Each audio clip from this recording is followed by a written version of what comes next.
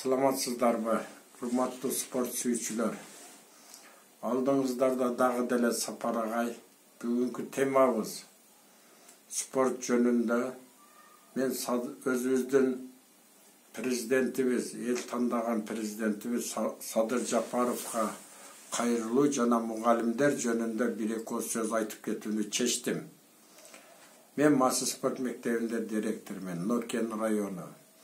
Бүгүн отпускнойлар тип, окуучу агайлар, жаш балдар отпускной алды. Экинчи курста окуган балдарыбыз бар физкультурный институттан. Ушуларды Россияга кетирбей алып калганбыз наркайлык менен. Азыр өздөрүнчө сүйүнүшүп, мени кафеге чакырып, бирөөсү болсо бир торпок алып коеюн дейт, бирөө үйдө кылайын деген окуучулардын сүйүнүчүн көрүп, жолдо мугалимдердин күлкүсүн көрүп, канча алдың отпускной дегендери мага сүйлөөгө туура келтирди. Мен өмүрүмдө көп жыл иштесем дагы ушу 2 айга чейин эч качан 10 миңге жетпеген акча алганмын. Мен атам дагы, апам дагы мугалим болуп, биз мугалимдердин үй бүлөсүндө өскөнбүз. Рахмат сизге, урматтуу президентибиз Садыр Жапаров. Ушундай мугалимдерди ойлоп, булардын 30 жылдан бери кыйналганын сиз сезгенсиз да. Бирок ушул убакытка чейин 30 жылдын ичинде эч ким чара көргөн эмес бизге. Эми мындай факт менен сүйлөйлү. 30 жылдын ичинде эч ким эч кандай чара көргөн эмес. 10%, 20% деп. Акаевдин убагында 6 айлап, 8 айлап айлык албай калган күндөрүбүз болгон. Biz bularda tez ele unutup kalbашыбыз керек да. 8 ay, 6 ay elestetiniz. Akçası жоқ, иштеп, айлык жоқ. Эми менин сизге дагы бир кайрылганым, урматтуу президент. Азыр мына биздин көп эле элибиздин проценти мугалимдер түзөт. Сизден дагы бир сураныч, мындан ары дагы мугалимдер жөнүндө кам көрүп, себеби бизде эң алдыңкы күч мугалимдер. Булардын өзүбүздүн статусубузду көбөйтүп, али илгери мугалимдер келатат десе, шапкасын алып, эңкейип салам бере турган күндөр болгон. Эң ардактуу адам бул мугалим болгон айылда. Бардыгы мугалимдерден келип сурашкан.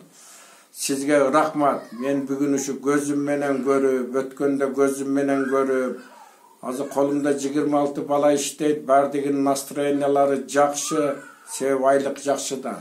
Акча адамдын көңүлүн көтөрүп, ишке болгон энергиясын, ишкыбосын арттырып коет экен. Мен эми байкадым. Мен айттым го, мен дагы эч качан 10 миңге чейин айлык албадым эле деп. Эч качан ушу 30 жылдын ичинде. Бизде жашоодо мугалимдерде кыйла күч, бел пайда болуп калды. Эгер айлык ушундай кетсе, 1000 деген жаш улан кыздарыбыз мектепке университетке тапшырат. Билимдүү элде басып алыш башка жактан же мындай экономический жактан өтүп кетиш кыйын.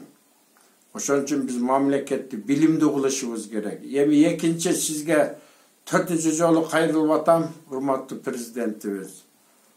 Мен айткамга кайрыла берем деп, бул ушу түштүк регионуна спорт мектеп ачып беришиңизди суранамын. Мына бир гана Бишкекте бар. Эми быйылкы күрөштөрдү карасаңыз, биздин балдар спорттун бардык түрүнөн алдыңкыга кетти. Мына азыр Бахрейнде эле Кахаров Рустам деген Нокендин Кочкарата шаарынан финалга чыгыптыр мына. Булар бир айылдан эле айтып атам мен. Биздин Нокен районунан 4-өө кетти. Ю-15 ка 3-өө, Ю-17 ка 1-өө кетти. Бул Масы спорт мектебинен. Куда буйрса азыр сбордо жүрөт. Караң, бир райондон 4-өө жеңишке болуп атат. Мындан чыкты ошо Бишкекке окшоп РСК, Республиканский спортивный колледж ачууга убакыт келип калды деп эсептеймин. Жана көптөгөн спортсмендердин атынан сизден суранамын.